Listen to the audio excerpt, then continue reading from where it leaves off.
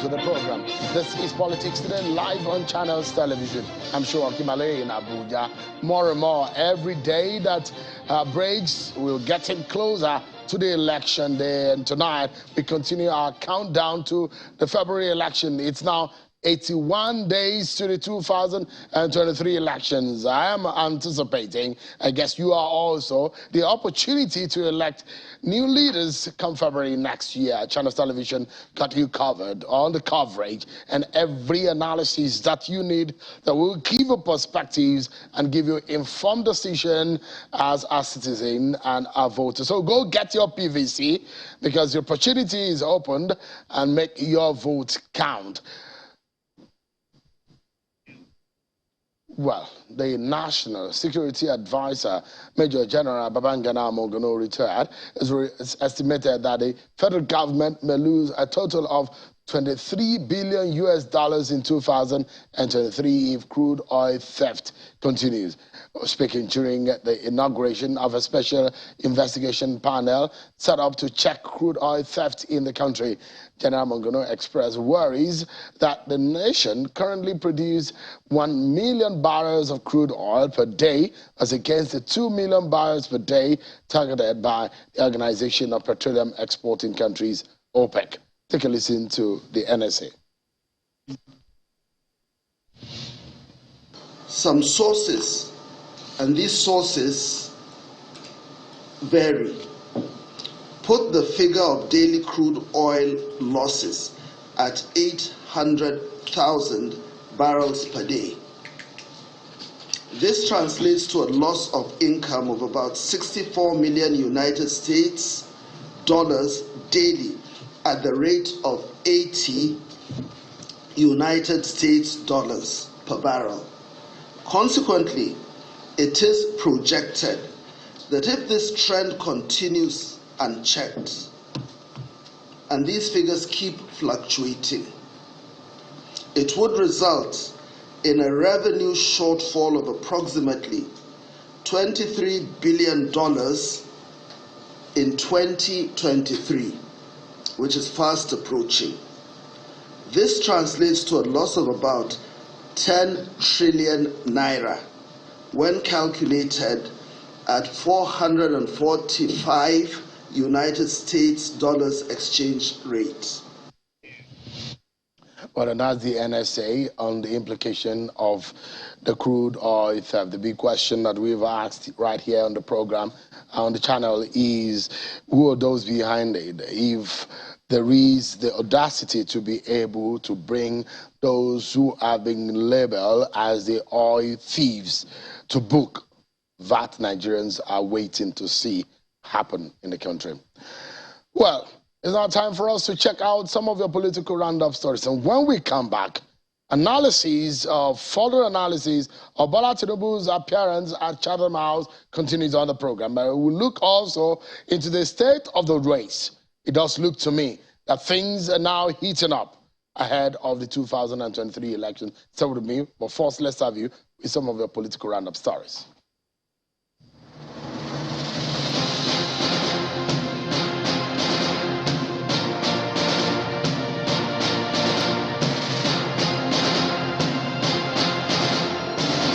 President Muhammadu Buhari has forwarded the names of Aisha Ahmed and Edward Adamu to the Senate for confirmation as deputy governors of the Central Bank of Nigeria. President Buhari's request is contained in a letter read on the floor of the Senate during today's plenary by the Senate President Ahmad Lawan. The President is asking the Senate to confirm the nominees to serve for a second and final term at the Apex Bank as deputy governors. In another letter, President Buhari is also asking the upper chamber to confirm the appointment of Ambassador Ayuba Jacob as a member of the Revenue, Mobilization, Allocation and Fiscal Commission. Former Zamfara State Governor Abdulaziz Yari has condemned the recent face-off between supporters of the People's Democratic Party and those of the ruling All Progressives Congress APC. The former governor said the state is facing a lot of security challenges and does not need additional violence as a result of electioneering campaigns. Coming with talks of thuggery and violence is not part of what democracy is all about. Therefore, I call on them to let them embrace peace. Former resident electoral commissioner for Akwa Ibom State, Mr. Mike Igini, says the 2023 general elections will be a shocker for politicians who think they can rig their way into office. According to him, a combination of the provisions of the 2022 electoral law and the determination of Independent National Electoral Commission (INEC) to conduct transparent elections next year will be the game changer. Mr. Igini was the lead speaker at a town hall meeting organized by the University of Abuja Leadership Center. Those who think they can use money to buy votes, they are going to lose their money. By virtue of these innovations, irrespective of the total number of registered voters you have, it doesn't matter anymore. We now deal with accredited number of voters. The Federal High Court sitting in Port Harcourt has struck out a suit by the People's Democratic Party (PDP) challenging the eligibility of Accord Party, its governorship candidate and running mate, to contest in the 2023 elections in Rivers State. The court struck out the case for lack of jurisdiction. Presiding Judge Justice Stephen Dela Palm in the ruling also struck out a separate suit by the PDP against the National Assembly candidates of the Accord Party for lack of jurisdiction.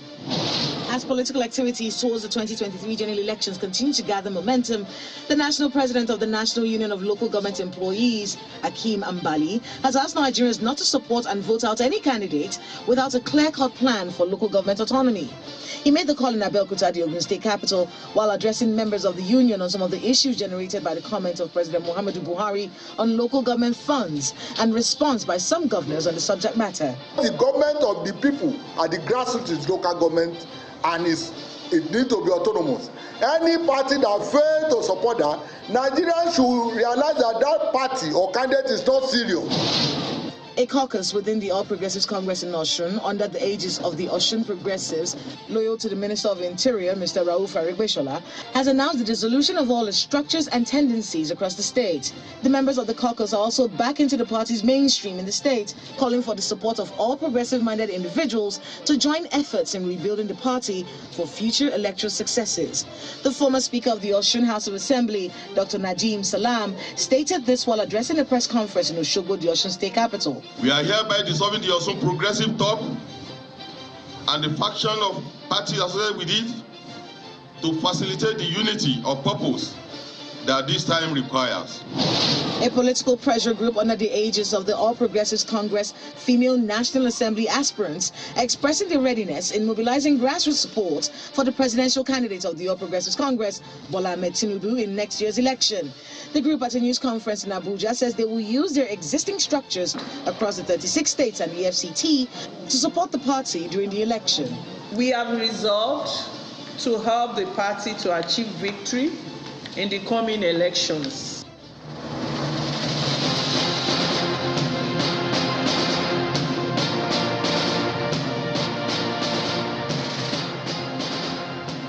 Thank you so much. There you have it. You've been served with your political roundup stories. Now, the different political parties are strategizing, and some of them have not come into a full stream of their campaigns, but we can see the coloration and the tonality of their agenda and the promises they're making to Nigerians. And so you saw what happened in London yesterday with the candidate of the APC, Bola Ahmed Tinubu, and his appearance with his team at that policy and governance platform in London. So in other political parties, they're also reaching out. Atiku was in Lagos. The Labour Party candidate was received in Imo State earlier today by the governor, Hope Uzodinma, and Peter Obi will be holding an engagement also with voters in that state today. So the activities are ongoing. So ADC, ADP, every other political parties are wooing voters to their side ahead of the election. But it does look like 80 days is a long time in politics. It's not going to be a sprint. It's going to be not going to be a sprint. It's going to be a marathon. And those who have the strength and the ability to sustain the race will have perhaps the last laugh. So let's get to talk about some of the issues that have been generated in the race so far. Today, President Muhammadu Buhari again said that the 2023 general elections will be free, fair and credible, as it would not tolerate any kind of manipulations or allow any form of intimidation of voters. These are some of the promises you've heard from President Muhammadu Buhari going into this election. But there are other issues that have been thrown up. Let's talk about some of these tonight. I'm being joined tonight by a former deputy governor of Sokoto State and a chieftain of the People's Democratic Party, Mr. Mukhtar Shagari. He joins us live here in Abuja. So thanks so much, Your Excellency, for joining us tonight. Thank you very much. Let me first and foremost get your view on what President Muhammadu Buhari said. This is not the first time he's saying it. Yeah. That credible elections, free and fair elections are what will be guaranteed in 2023. What's your take on the president's stance? Well, my take on this matter is this. President Muhammad Buhari, whom I respect very much because of his services to this country as a military officer, as a military head of state, and now as civilian president, is that he himself in 2015 was a product of free, fair, and peaceful election. And power was transferred to him without any bloodshed. Now, his term is running out. And the best he can do for Nigerians, and in fact the international community too, is to ensure that the 2023 general election is free, fair, credible, and peaceful. If he does that, I believe Nigerians are very forgiving people. We respect each other. If that happens, then I believe whatever mistake he must have committed as a president, because he's a human being, he must have committed quite a number of mistakes and so on. Nigerian people will forgive him, and the national community will respect him. Jonathan is enjoying a lot of respect internationally today, simply because he conducted free and fair election and handed over, irrespective and without minding the mindset of members of his own party. And I believe Muhammad Buhari, a respected gentleman, an army officer of repute, a man that ruled this country as a military man and now as a civilian, will definitely do that for Nigerians, because he knows that we need peace. He knows that we also want this democracy to continue.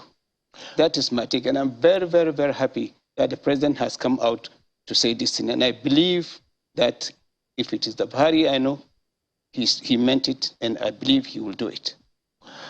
Perhaps one aspect that you did not mention about Goodluck Jonathan was an aspect that he considered defeat.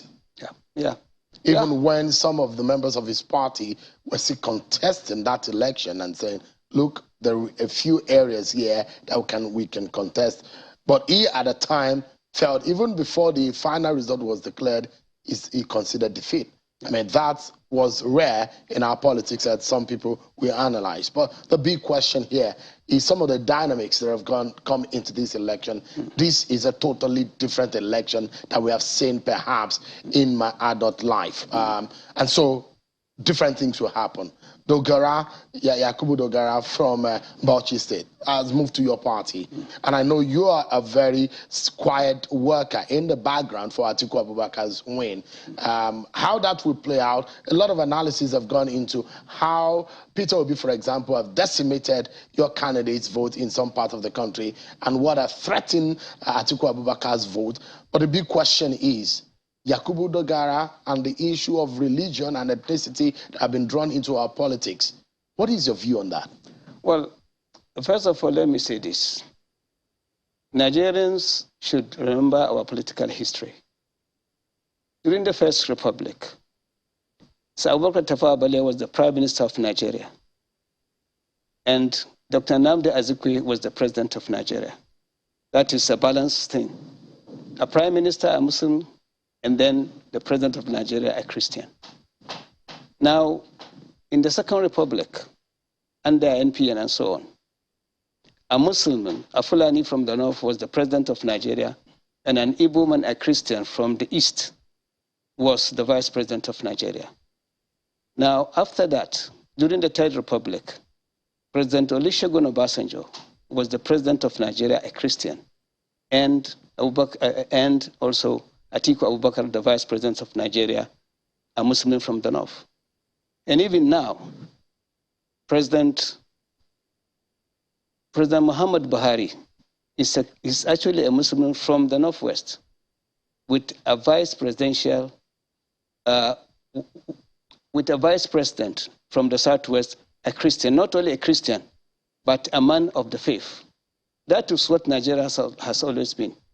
The Christians in this country, and especially in the north, they felt slighted, they felt insulted when APC decided to jettison that kind of practice and decided to go with a Muslim ticket. The reasons are very obvious. The APC has failed Nigerians in every aspect you can think of.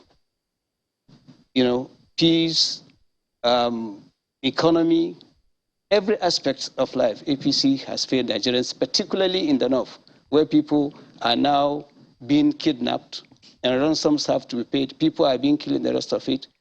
You know, lack of employment all over the country and so on and so forth.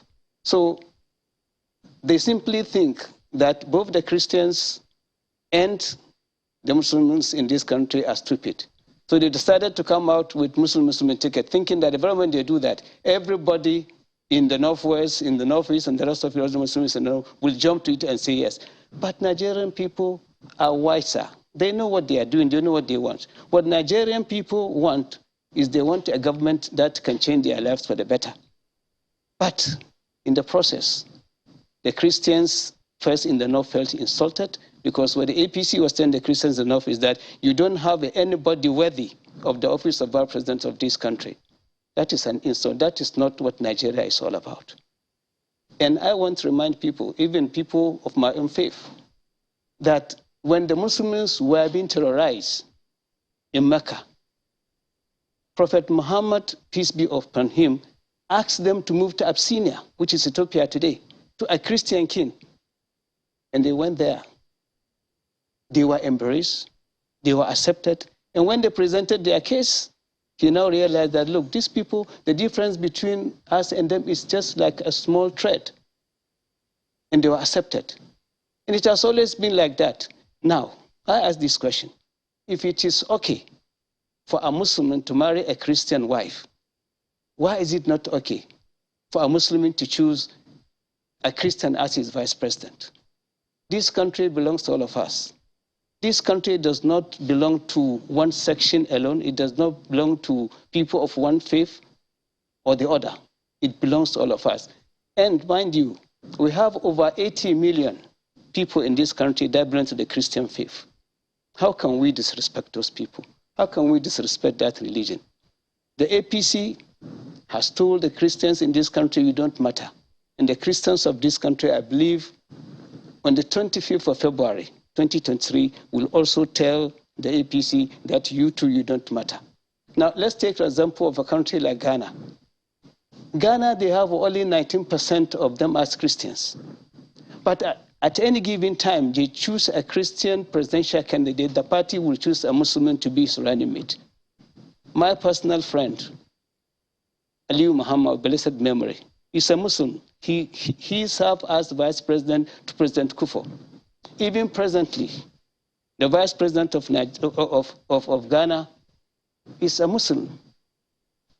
And when John Dramani made a mistake of choosing a Christian to be his running mate, the entire Ghanaian voters told him that you are wrong. You cannot change our country. We are one. We trust our Muslim brothers and they trust us, so we have to work together. In fact, his party was roundly defeated. That is what is going to happen in Nigeria. Nigerians are not stupid. You cannot use religion to divide us. Christians and Muslims, we meet, we talk together, we are always together. I'll give an example of some of the people that I was in school with in Office College of Arts and Science. They are Christians. We shared our happiness together, we shared our sadness together, we ate together, we played football together, we did everything, and till this moment we are still friends. How can you say I should look at those people in the face and tell them that you don't matter, your faith doesn't matter, and that you do not deserve to hold the second most important office in this country. Mr. Shagari, if you say this, there are those who will ask you readily that if you're talking about religion now, what about ethnicity? Has your party done any better in that respect? Because these are the two major divisive elements that have been used in our politics over the years. And I ask, when these issues are raised and people want to downplay it, and I tell myself that they are the realities of our country. Our country is very, very complex.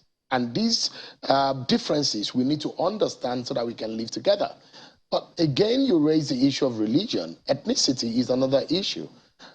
You've said that President Muhammadu Buhari, a Fulani man, has led this country. Perhaps he would have done that 8 years next year, or 2 terms. Atiku Abubakar, a Fulani man, who is your candidate, is running for office. So if you are coming to equity, shouldn't you come with some kind of plain and clean hands in these kind of conversation? How do you describe to Nigerians that after 8 years of a northern president, should we go back, or should the country go back to another term of another Fulani northern presidency? Well, first of all, let me say this. My party, the PDP, has always been very sensitive to the religious, to the religious configuration of this country. That was why in 1999, President Obasanjo was the presidential candidate, and Atiku Abubakar was the vice presidential candidate. The two of them, one became the president, one became the vice president. And after Obasanjo, Shehu Musa Edwa became the president of Nigeria, and he picked Goodluck Jonathan as his running mate. After that, when Edwa died, may Allah forgive him, President Goodluck Jonathan took over, and he decided to choose a Muslim as his running mate. And even Muhammad Buhari, you're talking about, when he became the candidate of the APC, he understands very well the dynamics, he understands very well that in this country, there are millions and millions of Christians and millions of also Muslims. So he, as a Muslim, not as a Fulani man, he as a Muslim decided that I must go for a Christian, and he chose a Christian. So that has been the norm. That has been the practice. And anybody who wants to change that, I do not think he means well for this country. Now, the issue is this. Even among Fulanis, there are people that are Christians. So that's why this religion has to be respected. What about the ethnicity question? The ethnicity question. There are different political parties now that have fielded people from different tribes and so on. Nigerians have the right to choose whichever one they want. But if you're talking about a political party, it was normally the delegates that normally nominate a candidate. But I think that we're talking about Nigeria as an element. That Nigeria is a constituency. Yes, exactly. Now, the question now is, isn't it what the Wikis and the Integrity Group governors are talking about, that there was an agreement that the nation should go south in picking the next president? Well, you see, I have always consistently said I don't want to get myself involved in what Wiki and other governors are doing. That is an issue, I believe, an internal issue for the People's Democratic to solve, and they are doing everything to resolve it. I don't want to go into that. But the issue is this. We have different political parties. Some have chosen their candidates from the south. Some have chosen their candidates from the north, depending on what the delegates did. Now it is up to Nigerians to now decide on the 25th of February 2015. The issue is this. Nigerian people are now looking for somebody who has the capacity, the experience, and the empathy, and the knowledge and understanding of both national and international politics, has the understanding of the economy, has the understanding, of the business community in this country, and so on. And somebody that has been there, somebody that was really a player, somebody that has put in his best, somebody that has remained consistent, somebody that has shown that he is always, at any given time, his credential. Whether it was the journalists asking him questions, whether it was at any forum and so on, he has also demonstrated that the issue is about this country. It's talking about the issues. And I believe Atiku Abubakar, today in this country, there is no candidate whatsoever that has the kind of experience he has, and that has the passion. I work with him for about 6 years and about 5 months or so. I know him. I know his feeling about this nation. I know his feeling about the people of this country. I know what he wants to do for this country. And I believe that Nigerians have now seen all the candidates, and they can now make up their minds. Are you going to choose somebody who is always ready to face you and answer your questions and talk about the issues of this country and provide solutions and so on and so forth? Or are you going to choose somebody who will outsource questions when they are asked? Are you referring to Bola Tinubu? I'm not referring to anybody. I said I've asked a question. I was going to ask you about Bola Tinubu's appearance. Well, fine. When you ask me to talk about... Yeah, go ahead. I mean, what about the responses that Bola Tinubu and his team gave at Chatham House yesterday in London? Chatham House is not a place you go with a team and ask them to answer questions on your behalf. Chatham House is a place that you go and tell the whole world and tell the people of your country what you intend to do, what you are going to do. Chatham House is a place where you should prepare to answer hard questions. Chatham House is not a place where you go with a team of people and when questions are asked, then you say, you answer the question. It is you that is the candidate. So it is you that wants to rule Nigeria. So you don't like that type? You. I don't like that type, and I don't believe in it. And I think it is an insult to all of us Nigerians.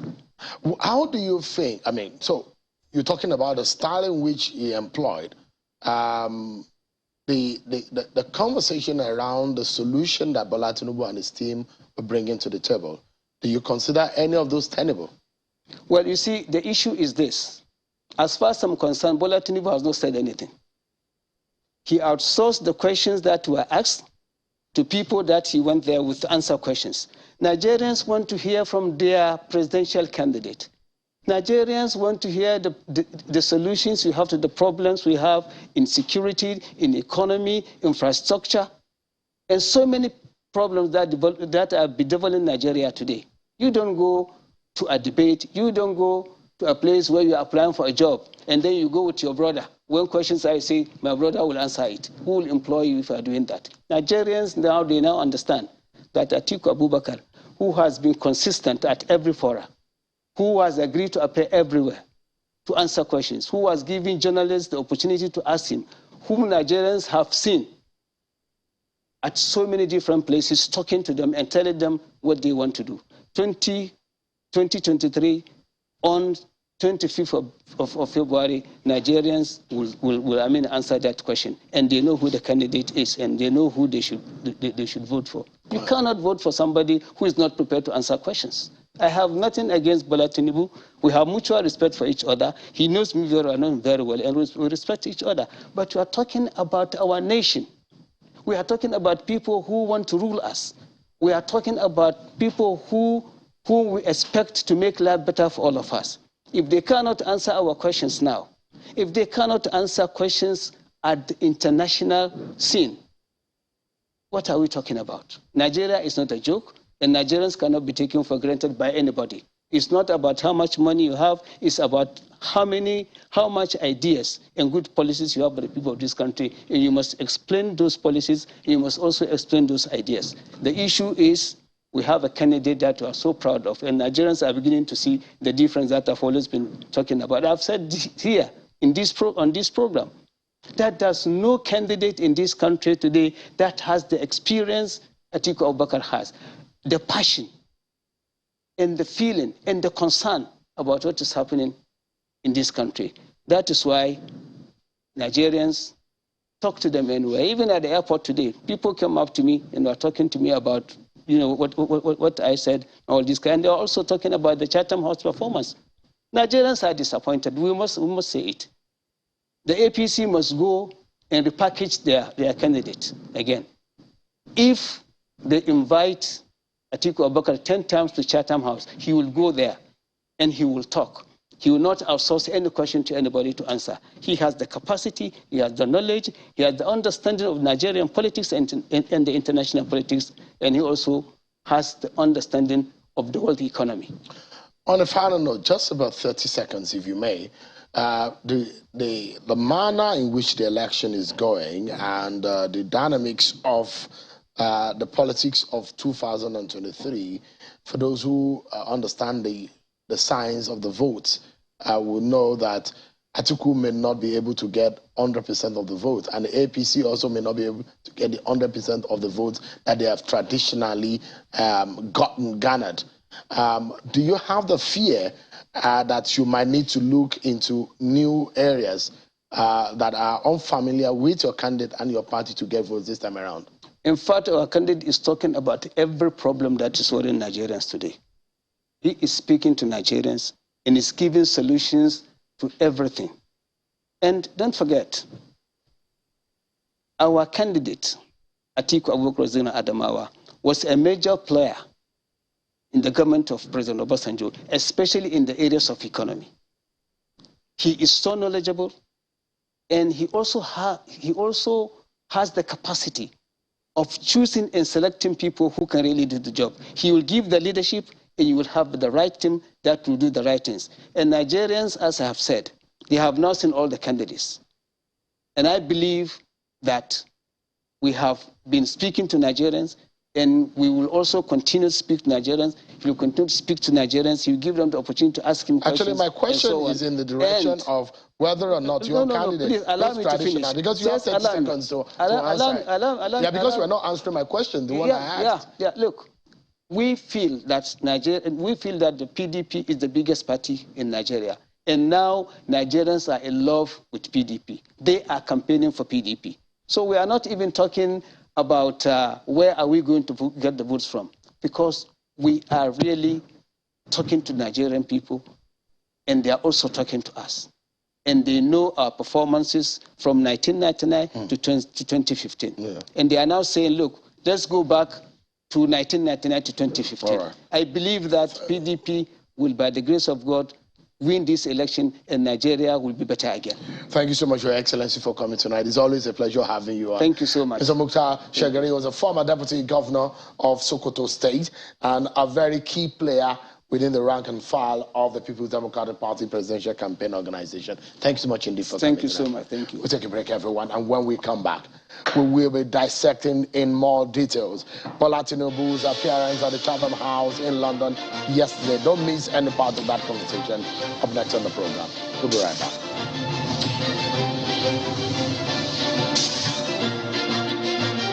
Let's get back to the conversation, and it's about Bola Tinubu's appearance at the Chatham House in London.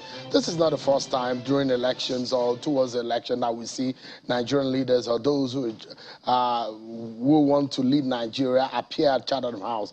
For the benefit of those who may not really know what that institution is for, it's a policy and governance development-oriented platform for people to come and speak to policies on a global stage.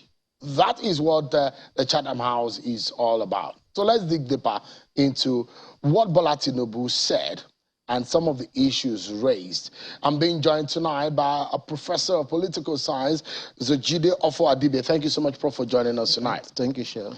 And one of the spokespersons of the Labour Party Presidential Campaign Organization, a lawyer and a rights activist, Mr. Dele Farotimi. He joins us virtually from Lagos. Thank you so much indeed, Mr. Farotimi, for your time tonight.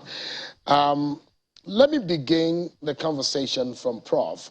And I'll allow our viewers to hear some other aspect of what Bola Tinubu said, which might also get us into the mood of knowing the kind of candidates some of those who want to lead us are and the choice that are presented to them. Prof, Chatham House would basically understand that is an avenue for you to speak to the policies and governance and the issues.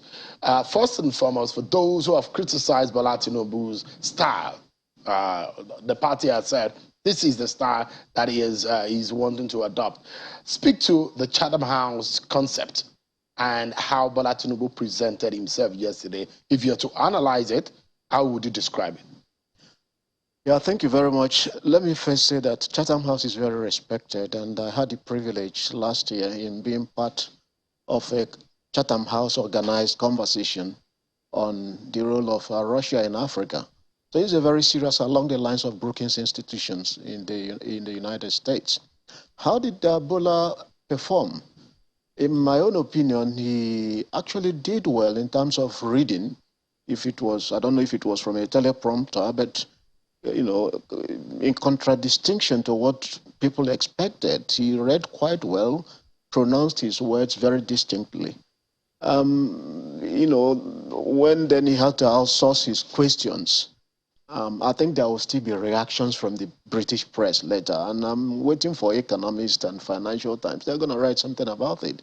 Also, something that is cultural and environmental, for example, when he was trying to answer the question on why he didn't show up in local debates, he said, they want me, you know, I regard myself as highly marketable, and they want to use me to make money. You know, they to be regarded as arrogant in Britain. You know, arrogance to be able to say something like that. You know, every public official, by definition, is marketable, and that is why you are invited. No matter who you are. Once you are public, for you to be invited to Chatham House means you are marketable. To be a presidential candidate means you're a public figure. So I don't think he needed to say that, and you have to fix and link that to the way he spoke, you know, before leaving, or the kind of speeches that were associated with him. If you look at Atiku and the other three candidates, leading presidential candidates, one thing you cannot take away from them is that they are very gracious in speech. They hardly attack. They are surrogates, but they hardly use abusive words or dismissive words on opponents. You know, the Tinubu and the Shetima have a tendency to do that. Maybe they may take it as a joke, or maybe Shetima likes to see himself, you know, as a kind of orator, and but it doesn't come out where it reinforces a certain perspective of him. Does it really matter? Historically, debates do not affect the outcome of elections. But in the case of Tinubu, because of the rumors and speculations about his health and the fact that he decided not to show up, it increases people's curiosity. And the performance in the UK, I suspect when he comes back, I will not be surprised if I see a movement, you know, a pressure group pressuring that he must take part in debate. I won't be surprised. All right. Let me bring in Mr. Dele Farutimi. Mr. Farutimi, I know you are in the opposition, and the opposition, especially your party, have a view on these. What exactly is that view of Tinubu's outing at Chatham House yesterday? Good evening again, Sheo, and good evening, Prof. Let me first of all say this. Yes, I am representing the Obi campaign, and you are right to say that I represent the opposition party, but the truth is sacrosanct, and it is the truth that one must tell at all times, regardless of what role one might be playing. The truth is that Prof has been extremely charitable in his assessment of Asiwaju Bola Ahmed Tinubu's performance at Chatham House. It's been extremely charitable. The fact of the matter, I believe it was 6 to 8 weeks ago in that space, that I do not expect Mr. Tinubu to attend any debate, because I do not debate. The reason being that you can see already the cognitive decline that it can't be masked. To disagree, there were several moments where the words were slurred or mispronounced, but that is not the point. The point is this: a man goes on the world stage to present himself to the world as the next leader of Nigeria. You are expecting that the man should show himself at his best. He is auditioning to save a country that is on the brink of collapse. But what did he show? An inability to deal with the questions on his own. He had to delegate questions. You're delegating questions at your own audition in your job interview. You are asking other people to take it, and you are talking about some sort of collegiate. Look, in the immediate aftermath of yesterday, I went back to pick up General Buhari's performance at Chatham House in 2015. and I saw a highly lucid man who, compared to what I saw yesterday, must be a genius, linear Nobel Prize recipient in multiple fields, compared to what I saw yesterday. General Buhari took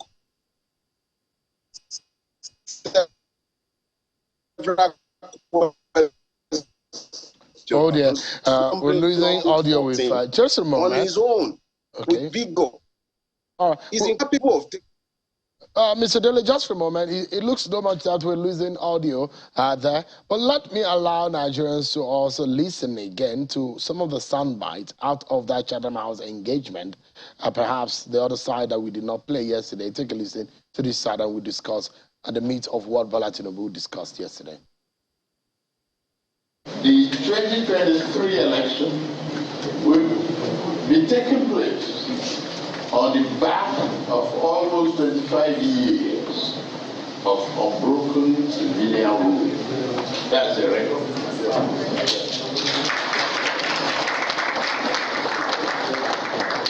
It is a record for the country which is worth entrenching and celebrating.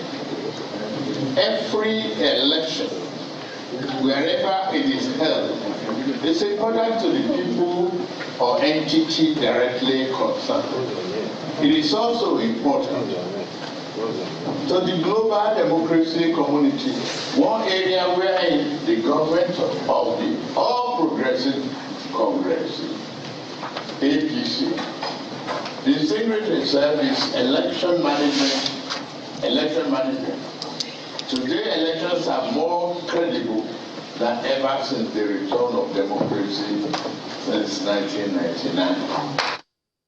All right. So, Prof, you heard part of what Bola Tinubu was saying about the elections, and it was also when he was being asked questions as to the veracity of using technology and the questions on diaspora voting. You heard some of those things that he said. Yeah. In terms of democratic values and civic duties and human rights and how Tinubu sees them, what do you perceive from his utterances and his responses? In terms of diaspora? In terms of diaspora voting, the concept of technology, use of technology, because he was saying that there are still few things that needs to be resolved in that area as far as the election is concerned, and issues of civil engagement and democratic... well, his position is the position of the traditional political establishment. But the truth is diaspora voting, has become very ingrained in many countries. I think Kenya, Rwanda, and a few other countries. So it is something, just like when people started initially with the conversation about technology, remember it was contested and people were displeased. So increasingly that has to be perfected. His position on beavers and the fact that he said, oh, we don't want to bring in a complicated system when we have not perfected that. Well, I'm not sure it will play very well with the diaspora community. No taxation without representation. They bring in this huge amount of money. Yes, there will be initial problem, just like we started with the technology and there were problems. And increasingly, we know that with beavers, it will continue to improve. To just dismiss it because of the expected challenges and what people are talking about mailing, I'm not sure it will play out very well with the younger people, especially those in the diaspora. I also don't think it will play well when you dismiss technology like that with a society now where people are talking of fourth industrial revolution, fourth industrial revolution, Internet of Things, and the rest of them. And this is just basic technology that we are in. I will ask Mr. Dele Farutimi, and I'll bring that same question back to you, Prof. This is a contest, and we must see it as such.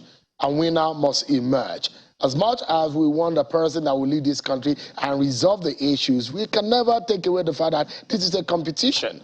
And so we have to pick the best out of it. Now, well, you will say Peter Obi, of course, is the finest of all the candidates. But in Bola Tinubu's policy and the ideas that he presented, take away your dislike for his style and his presentation. Look at the policy and the ideas he presented to the world yesterday. What are your views? Well, it is one thing for a person to roll out nice-sounding policies, ideas. It is quite another thing to have the capacity and the credibility to come through with it. General Buhari rolled out many nice-sounding policies. He had a lot of promises for Nigeria back in 2015. General Asiwaju Bola Ahmed Tinubu was right next to him making those promises, as was His Excellency Atiku Abubakar. They all chose this man and they brought all their ideas together, wrote a manifesto, beautiful manifesto, and they gave it to Nigerians. The one thing we have learned, if we have not learned anything else, we have learned by now that the APC cannot be trusted to keep its word. So we have to look to their record to have an idea of what they are likely to do. A continuation of APC and its policies, which Asiwaju Bola Ahmed Tinubu himself has told you repeatedly that is going to continue and build on the legacies of General Buhari. What we know is that poverty will be maintained and increased. Insecurity will be maintained and increased. The disparity in income will be maintained and increased. The ruling class would become richer, more powerful, more above the law, and the lot of the poor will become more excruciating. So, Asiwaju Bola Ahmed Tinubu can say anything he cares to say.